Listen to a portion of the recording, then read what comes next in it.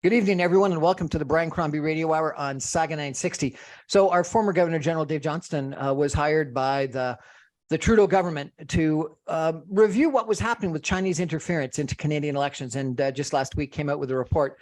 Phil Gurski, who is the president and CEO of Borealis Threat and Risk Consulting, penned a really interesting article that I read that was highly critical of both the process as well as the report. And I think he's got some interesting things to say.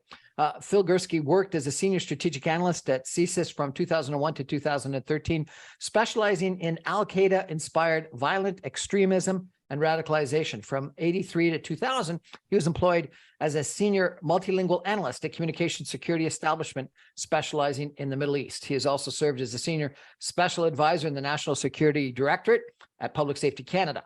He's presented on Al-Qaeda-inspired violent extremism and radicalization across Canada and around the world. He is the author of 6 books on terrorism, including the most recent, The Peaceable Kingdom, A History of Terrorism in Canada from Confederation to President. Phil Gurski, welcome to the show. Thanks, Brian. I'm very happy you've had me on the show. Appreciate it. So tell me what you thought about this report from the Special Rapporteur. Not much. Let's just say it struck me as a report that was written by a very distinguished Canadian. I think we all agree on that. But the report appeared to me to have been written before he even began his research by talking to people from across the Canadian government, including the director of CSIS and the chief of CSE, from what I'm to understand. And at the end of the day, he basically agreed with the Liberal government, which has been saying for months now, nothing to see here, folks. PRC interference in our elections was not serious. It did not affect the results. Oh, and by the way, if there's anyone to be taken to task on this, it's not the Liberal government, it's the security service, i.e. CSIS, for not ensuring that its intelligence was shared with the appropriate people. As somebody, as you noted in your intro, who spent 32 years in intelligence, I'm frankly insulted that the Governor General would accuse the security service of not doing its job, when at the end of the day, it's more likely the politicians didn't do their job. Well, it sounded like he said they prepared all their work, but they put it in a room in a bunch of big binders and didn't tell people what they should read, as if they needed to be waded through and only given the Reagan, 8.5 by 11 summary memo. Crap. I know how distribution works, both at CSE and CSIS, and both agencies have dedicated liaison officers. And what they do is they take the intelligence that's very carefully prepared in bite-sized pieces, because these are very busy people. We don't send novels to MPs and senior officials, and they walk them through it. And they ask if they have any questions, if they want any more intelligence on the particular issues. And at that point, it's up to those officials to decide, should other people see it?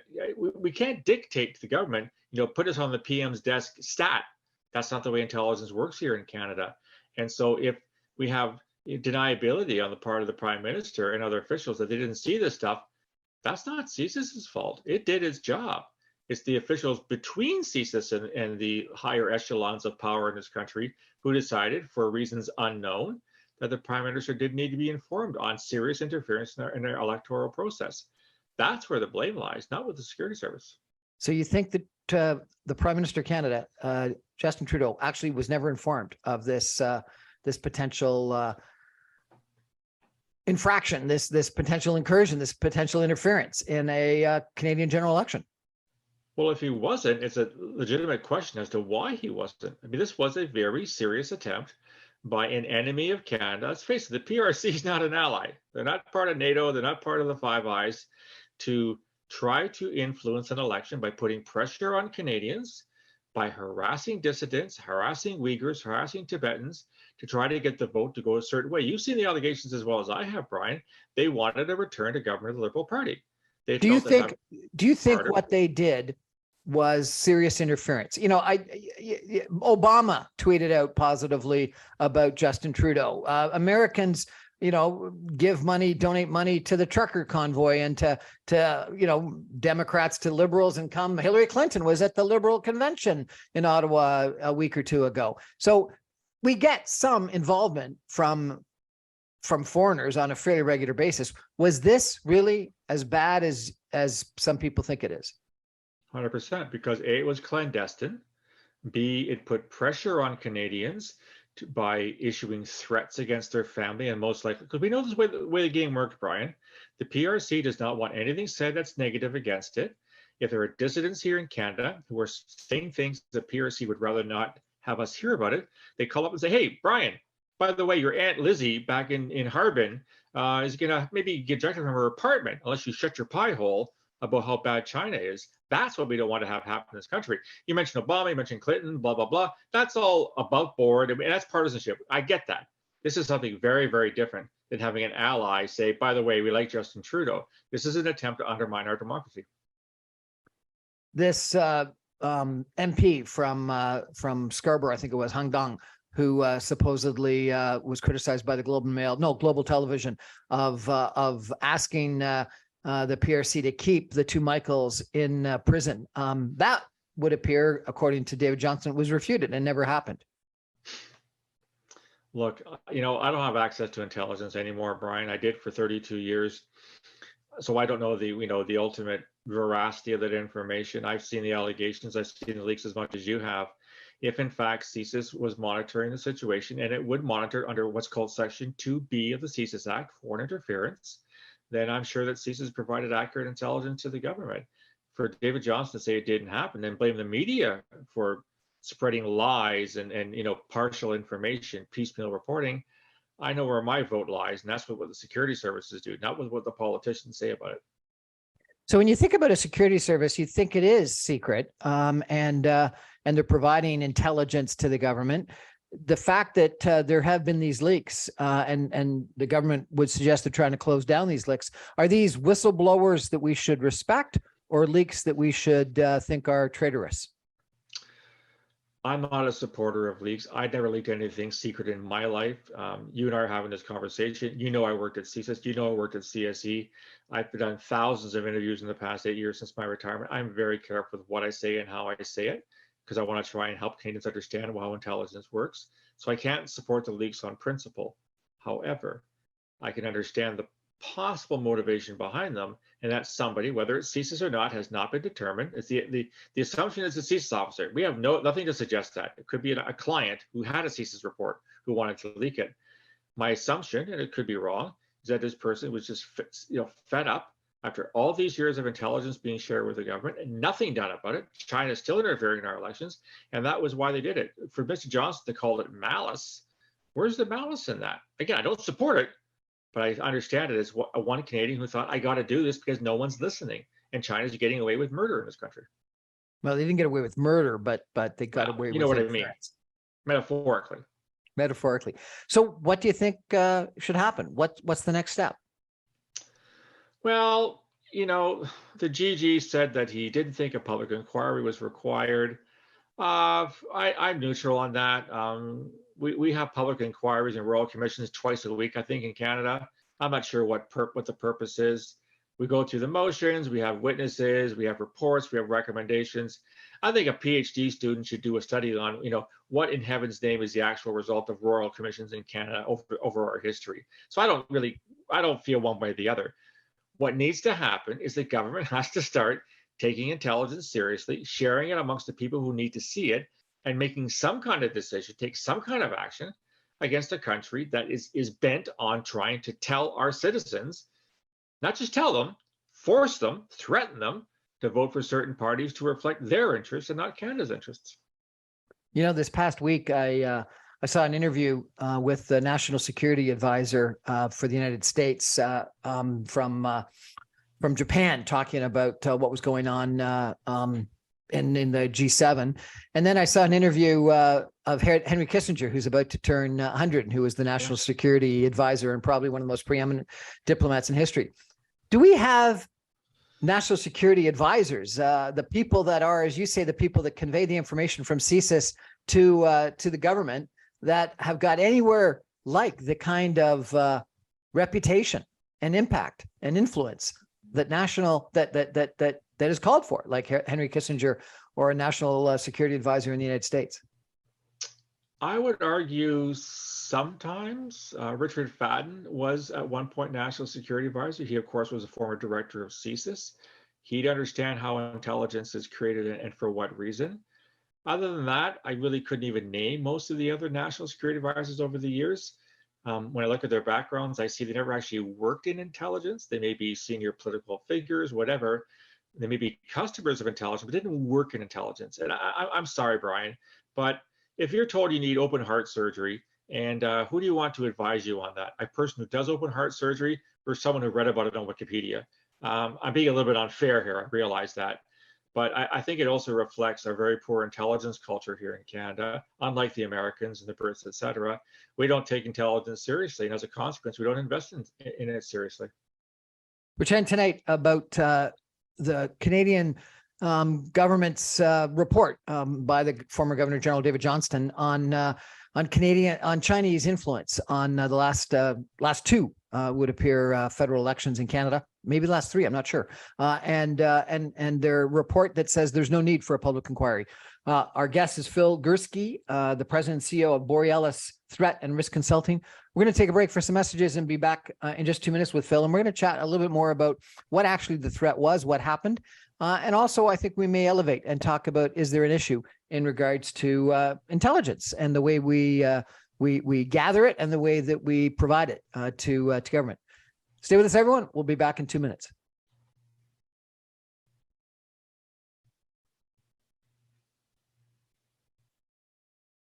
Welcome back, everyone, to the Brian Crombie Radio Hour on Saga 960. My guest tonight is Phil Gurski. He is the president and CEO of Borealis Threat and Risk Consulting. He worked as a senior strategic analyst at CSIS, the Canadian. What does CSIS stand for? Canadian Security Intelligence Service. Security Intelligence Service from 2001 to 2013, specializing in Al-Qaeda-inspired violent extremism and radicalization. And for the 17 years before that, he was employed as a senior multilingual analyst at Communication Security Establishment, specializing in the Middle East. He's written recently a very critical report that I had the real pleasure of reading, frankly, of David Johnston, our former Governor General, as the special rapporteur that was appointed by our Prime Minister Justin Trudeau to investigate Chinese interference in the last federal elections. Phil, let's take a step back for those tonight that are listening that aren't aware of what some of these allegations are, and tell me, if you could, what was David Johnston investigating? I think a couple things. Now, as you indicated in your short bio, Brian, I'm not a China analyst. I'm not a China specialist. I'm a terrorism specialist. That's what I did for CSIS, as my books have been about. But I mean, I worked in the intelligence community for more than 30 years. I know how the bread is made, kind of thing. What he's trying to determine is that did the government know about these allegations, i.e., intelligence from CSIS, that China was trying to affect our last two elections? And by the way, probably more than the last two elections, but that was he was focusing on, 2019 and 2021, which both returned minority liberal governments. What was the nature of that interference? What was the nature of the intelligence that was provided by CSIS? Who saw the intelligence? Was there a problem with distribution? And then also looking at the leak to the media, and what role has the media had to play in, shall I say, embellishing this story or getting it wrong when it tries to inform Canadians. So quite a heavy agenda to produce a report in a relatively short time period, and a lot of people to have to question and at least get some information from, so the report could be as informed as possible.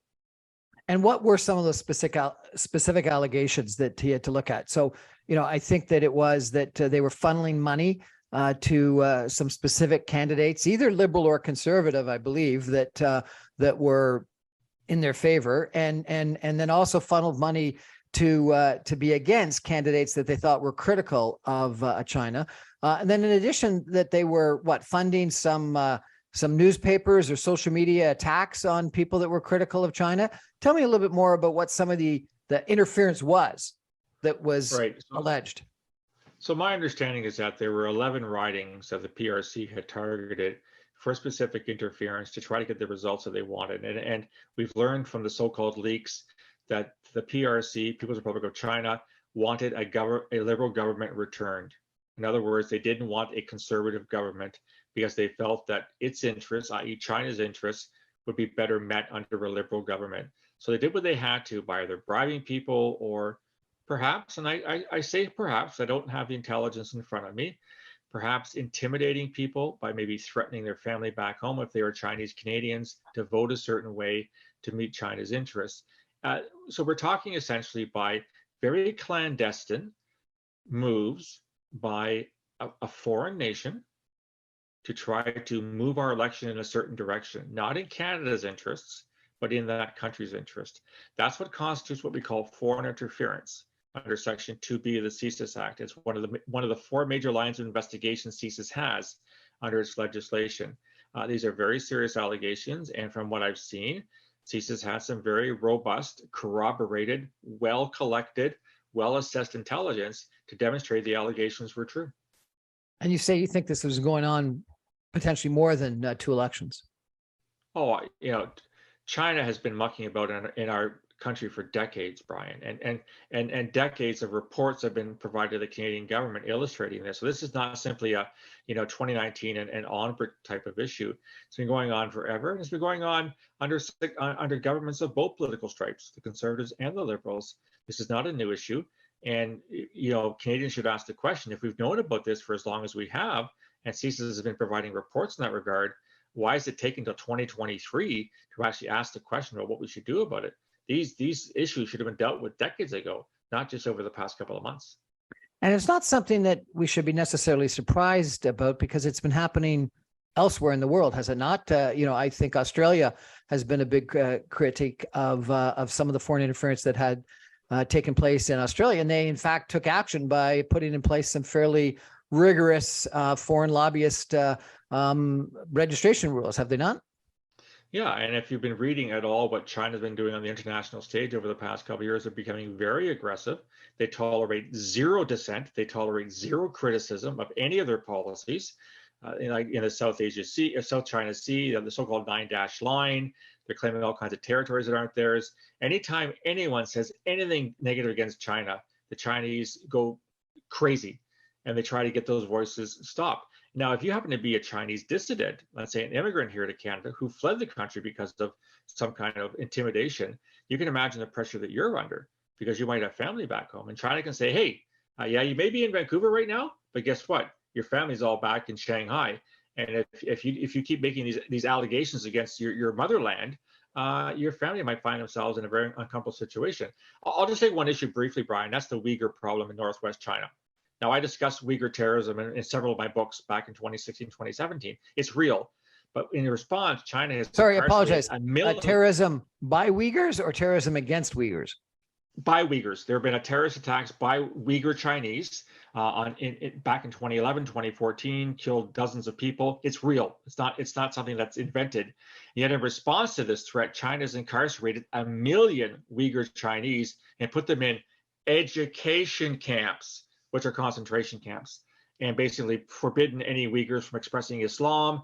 They destroyed mosques, etc. And anybody who takes the Chinese to task over this is immediately told to shut up. And if you're a Uyghur Canadian, you can imagine the pressure that you're under. So bottom line is China has a very forceful campaign to try to quell any criticism of anything it does. And that criticism, if it comes from a Canadian of Chinese heritage, well, you'll invite a knock on your door. And I've talked to Uyghur Canadians who've gotten very distinct threats from China saying, shut up, don't talk about the Uyghurs in China.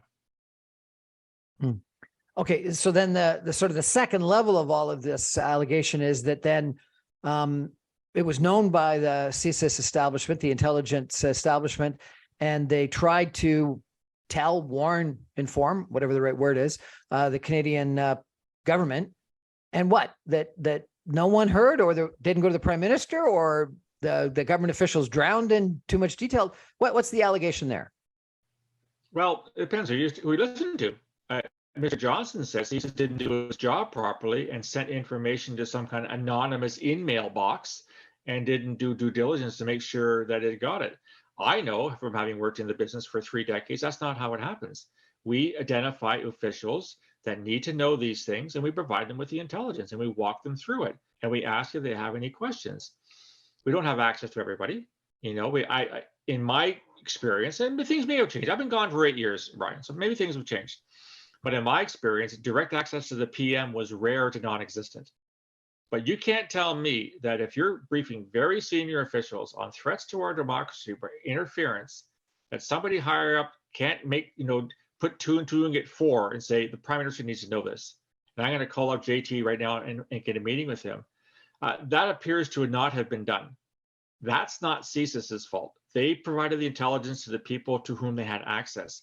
It's up to those people to inform those higher up. That's a failure of policymakers. That's not a failure of your spies. So, I haven't worked in government, but I have worked in some large companies, and sometimes people will complain, oh, I get so many emails, I don't read them all, or I get so many emails. If it's really important, you got to text me or you got to call me, and other people that, you actually got to barge in their office and brief them if you think it's critically important, because they just are truly drowning in inputs and data and information. Yeah, I'm sure that we recognize that. The Minister of Public Safety is a very busy man. The Minister of National Defense is a very busy man. But they also have to make the time to get intelligence briefings. That's part of their job. I know there's a million things on their agenda, but as I said earlier, both CSC and CSIS have dedicated liaison people that take the time to sit in front of these officials and say, here is what we know. Here's what it means. We don't tell you what to do with it. We're an advisory body. We're not a dictating body. So yeah, they've got busy schedules, but if they can't take, an hour or once a week or whatever to read the intelligence that's germane to their mandates, that's not our problem. That's their ability to prioritize what they need to know to do their job effectively. So, I guess I'm overly influenced, maybe all of us are, by the West Wing and movies and television that suggests that, the phone call is going to get to the right person and we're all going to meet in the Situation Room to watch on film what's happening with Al-Qaeda or something like that. That doesn't happen in real life? Not in Canada. And again, part of it is our lack of intelligence culture. We don't have the robustness that the Americans and the Brits and the Australians do. They understand the importance of intelligence. They invest in it properly, and they take the time to read the intelligence that's coming in. We've never had that. Well, I shouldn't say never. I'm pretty sure during the Second World War that the powers that be were reading intelligence on a regular basis to determine things like, when, D-Day. When should we go into Normandy? Well, intelligence told when to go in, nothing else kind of thing. We seem to have lost that, and that's too bad, because not that intelligence is the be all and the end all, but it certainly is a very, very major contributor to the overall picture. Brian, we live in an information age. You know that as well as I do. We have much more information available now than any time in human history. So the intelligence portion is growing smaller and smaller all the time. But intelligence is that little, 0.1% that you're not going to get anywhere else. And as a consequence, it should be accorded some kind of importance. Now, I'm biased. I spent my career doing this stuff. And people might say, you're not seeing this objectively. And maybe I'm not. But intelligence has a purpose. It always has, and it always will. Well, but intelligence suggests that we know what's happening. I can remember, a year and a half ago in December and January and February of 2021 and early 2022, where lots of people were saying Russia's going to attack Ukraine, and more people were saying, no, they'll never attack. And so we had lots of information, but I don't think we had a lot of intelligence.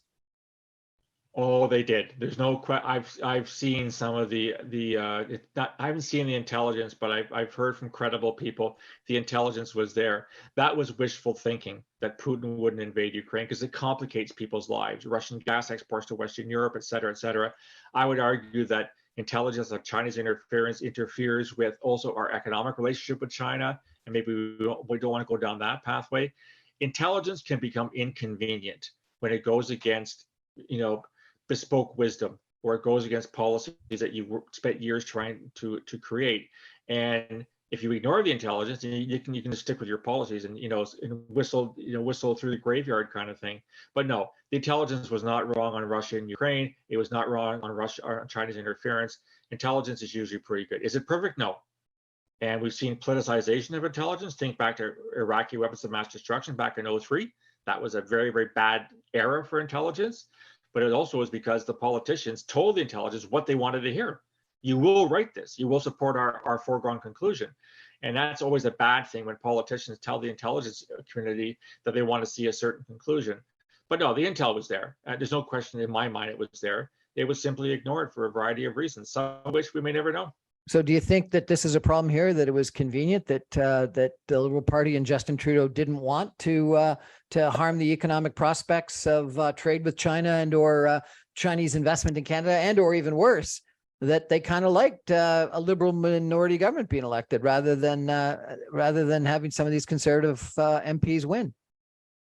Well, we know for a fact, based on the intelligence, they wanted Justin Trudeau returned to power.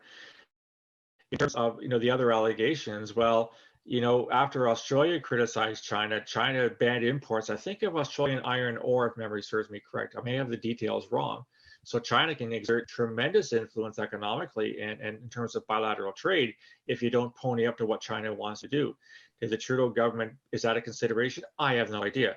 I don't have the Prime Minister's ear. I wasn't at the cabinet table. But it strikes me as within the realm of possibility, not plausibility, possibility that in fact these other considerations outweighed the inconvenience of cracking down on China because of their role. And maybe the Chinese did feel that if we were to have a Conservative government elected in 2021, that the Conservative Prime Minister would take that action, whereas they felt that Justin Trudeau would not. And in fact, he hasn't done much, has he? We're chatting tonight with Phil Gurski, the president and CEO of Borealis Threat and Risk Consulting, about the former Governor General's report on Chinese interference in federal elections. We're going to take a break for some messages and come back with Phil in just 2 minutes. Stay with us, everybody.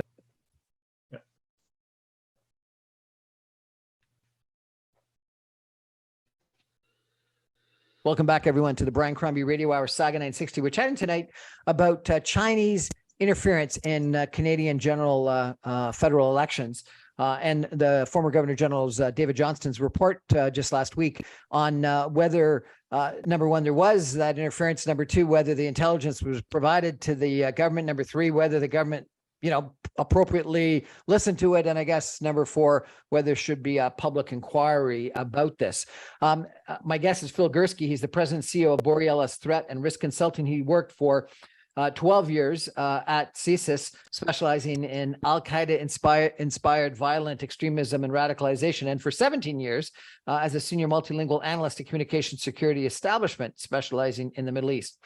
He's also served as a senior special advisor to the National Security Directorate of Public Safety Canada. He's presented on Al-Qaeda inspired violent extremism and radicalization across Canada, around the world.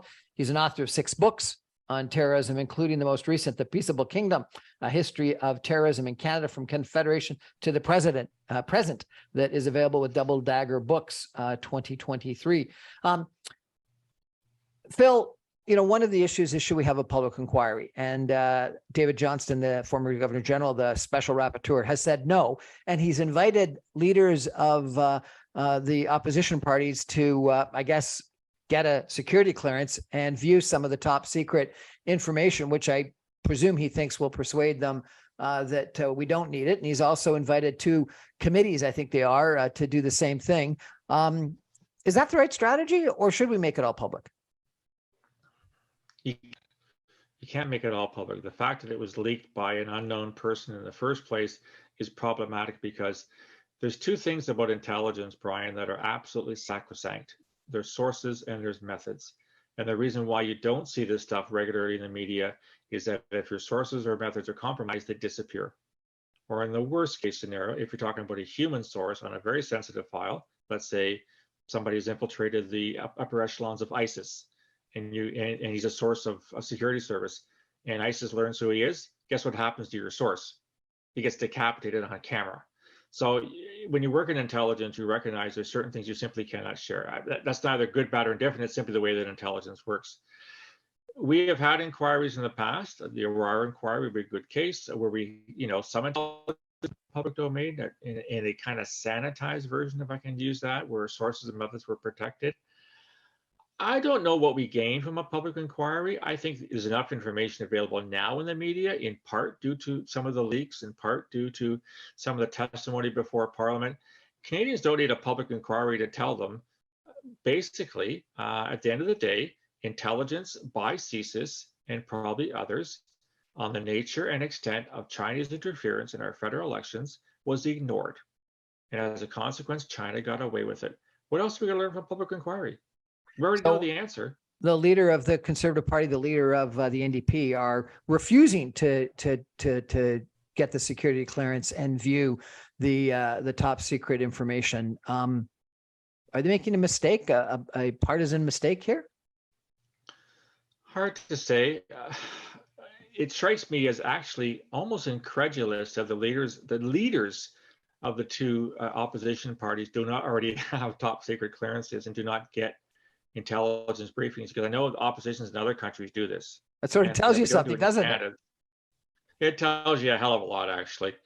I think the calculus by Mr. Polyev and Mr. Singh is that if they agree to do this and they view the top secret information, they know they're beholden not to disclose it publicly like the leaker did. And as a consequence, it's going to have a real dampening effect on how they can criticize the government. So maybe they're seeing this as a bit of a ruse by the Trudeau government. We'll bring you into the inner circle, then you got to shut your pie hole. You can't criticize us anymore. Or is it partisanship? I don't know, Brian. Partisanship is a sport here in Canada. Is in any democracy around the world. I can't read in the minds as to the true rationale as to why they're refusing this. But my guess is that they feel that they're better placed to be independent in order to criticize the government rather than being beholden to, well, you can't talk about it now since you've seen the intelligence. We kicked out a Chinese diplomat, and I think very promptly the Chinese kicked out a Canadian diplomat. What do you think is happening in China, if anything, right now? What are they thinking about this whole David Johnston report and our investigation into Chinese interference in Canadian elections? They're celebrating, I'm sure. I'm sure they're popping whatever it is they drink on a Monday evening, saying, the government's not taking this seriously. It blames the intelligence services. It's not blaming the government. There's nothing to see here, folks. And I think China's laughing all the way, saying that, we got away with it, and probably thinking we're probably going to get away with it again. No public inquiry. They've talked about this foreign agent registry or some stupid thing like that. What's the point of that? How's that going to make it more effective than the intelligence you've ignored for the past 40 years? So I think China's very pleased with the Governor General's report, because they essentially have been told, we don't take your threats seriously, so you just go ahead and keep doing them because nobody really cares. And do you think nobody really cares? Well, the security services do, and I think a lot of Canadians do. I mean, I'm just an old retired guy, Brian, and I like to think that when I put my X on the ballot every 4 years, that my vote counts for something, and that the elections are free and fair, and that they are, not being affected by a country that's trying to influence Canadians' minds on how to vote. Once you undermine the trust in the democratic system, that's not a good thing. Look at voting percentages have been going down for decades. What was the last election? Somewhere in the 60s, I believe, that Canadians, it was even lower than that. Canadians had voted in 2021. If Canadians now think that it's pointless because your vote doesn't really matter anyway, does it go below 50%? How many people vote in provincial elections? How many vote in municipal elections? Because they can't be bothered. And part of that's because they don't trust the system, that the system works. And for a government to ignore a very blatant attempt by a foreign power, an enemy of Canada, and get away with it, a lot of Canadians might be saying, what's the point? Why should I go and cast my ballot? Because the guy across the street may have just gotten $1,000 or $10,000 to vote a certain way in order to support Chinese policies. I'm not getting $10,000 to cast my vote. So I think it introduces more distrust into the system. Do you think China is an enemy of Canada? 100%. Absolutely. They're not an ally. They're not part of NATO. They're not part of the Western world. They engage in activity that's not Canada's interest in terms of their activity in South Asia, in East Asia. They're a trading partner, and they're an important trading partner. I get that, but they're not an ally of Canada. They never have been, and they never will be. They're not a democracy. They're a communist dictatorship, and under Xi Jinping, it's getting worse and worse by the day. And to see that as a friend of Canada, I don't know what definition of friend you're using, but it certainly is under my dictionary definition of an ally.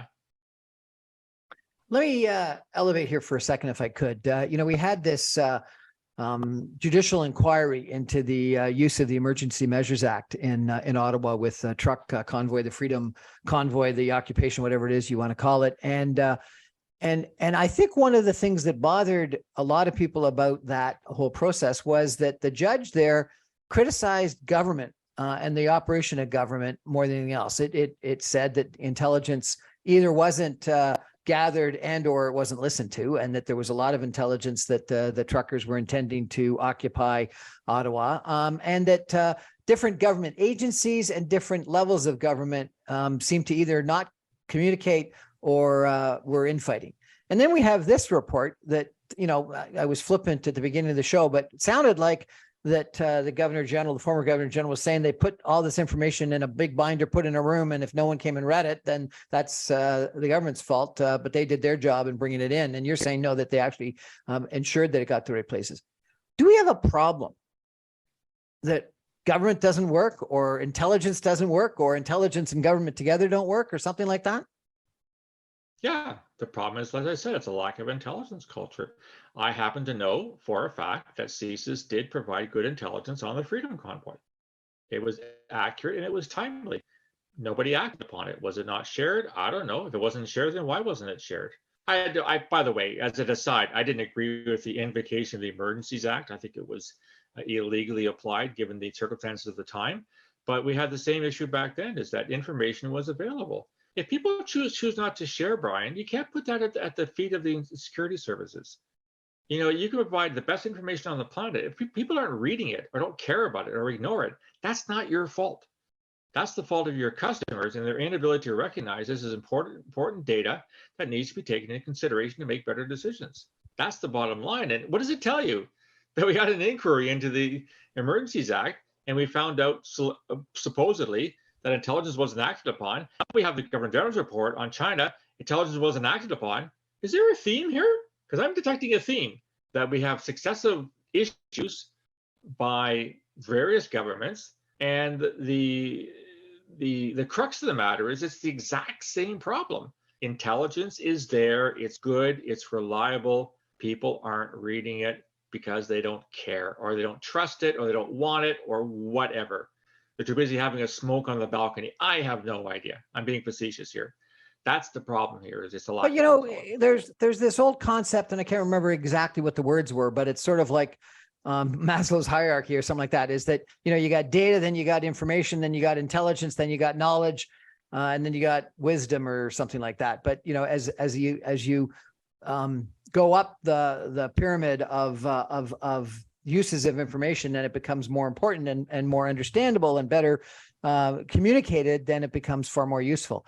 My sister used to be an assistant deputy minister in the environment, and she was hired after she retired to be one of the people that takes scientific information about climate change and made it consumable by politicians and sort of conveyed the information.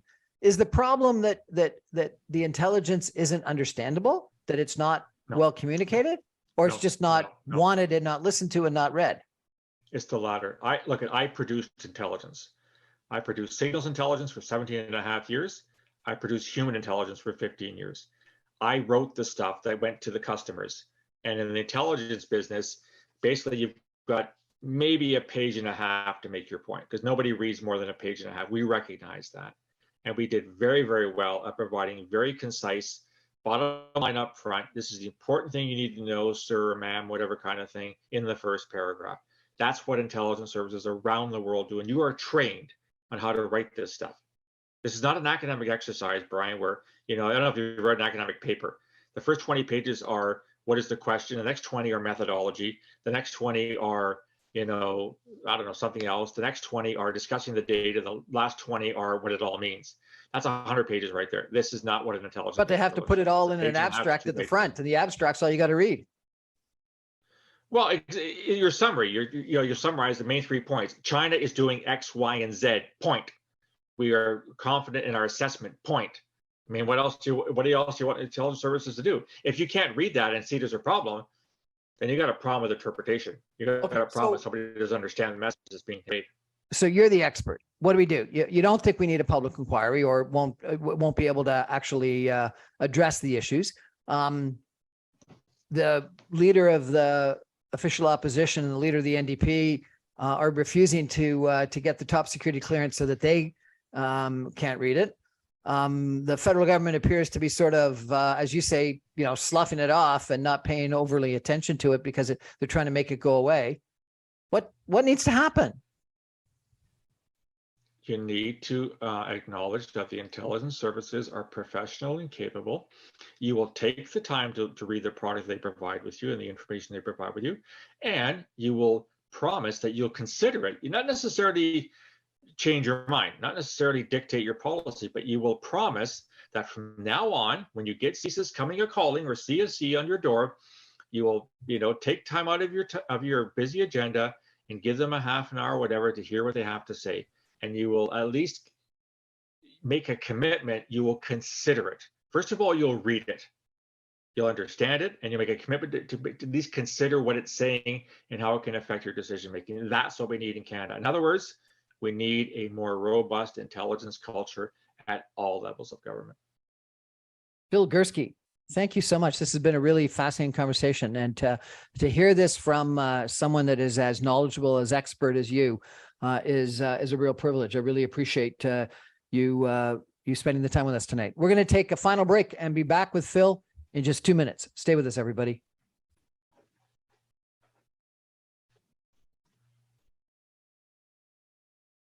Well, welcome back to the Brian Crombie Radio Hour on Saga 960. I've had a really interesting conversation tonight with Phil Gurski, the president and CEO of Borealis Threat and Risk Consulting.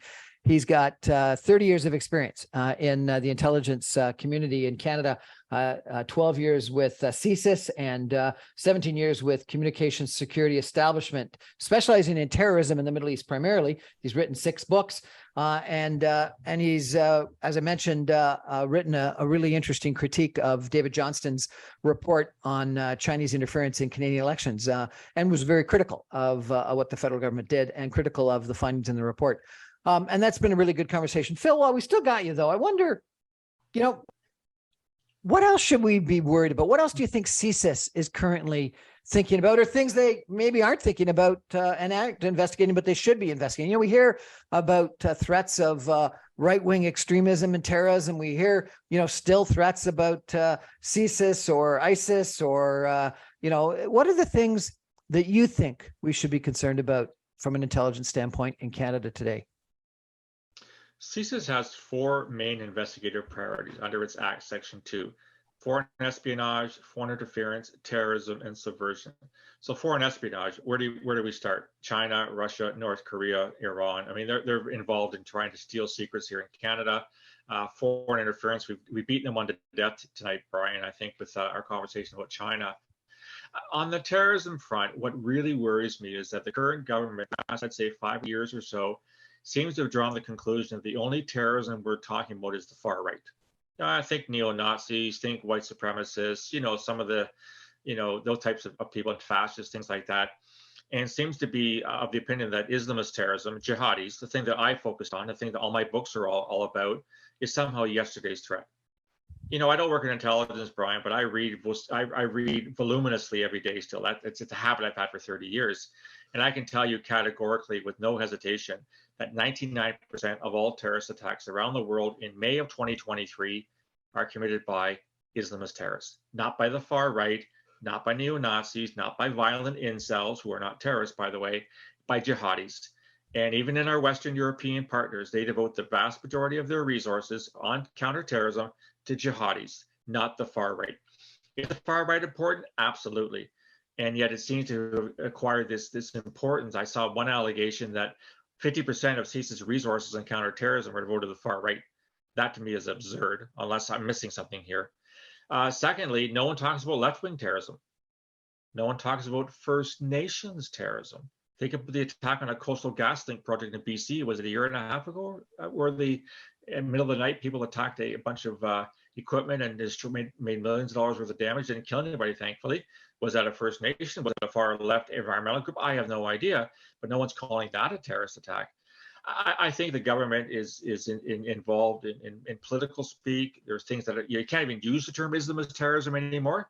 You got to call it religiously motivated violent extremism, as if the Mennonites are people we need to worry about. Can I tell a quick joke? Please. Okay, here it goes, Brian. What goes clip, clop, clip, clop, clip, clop, boom? A Mennonite suicide bomber.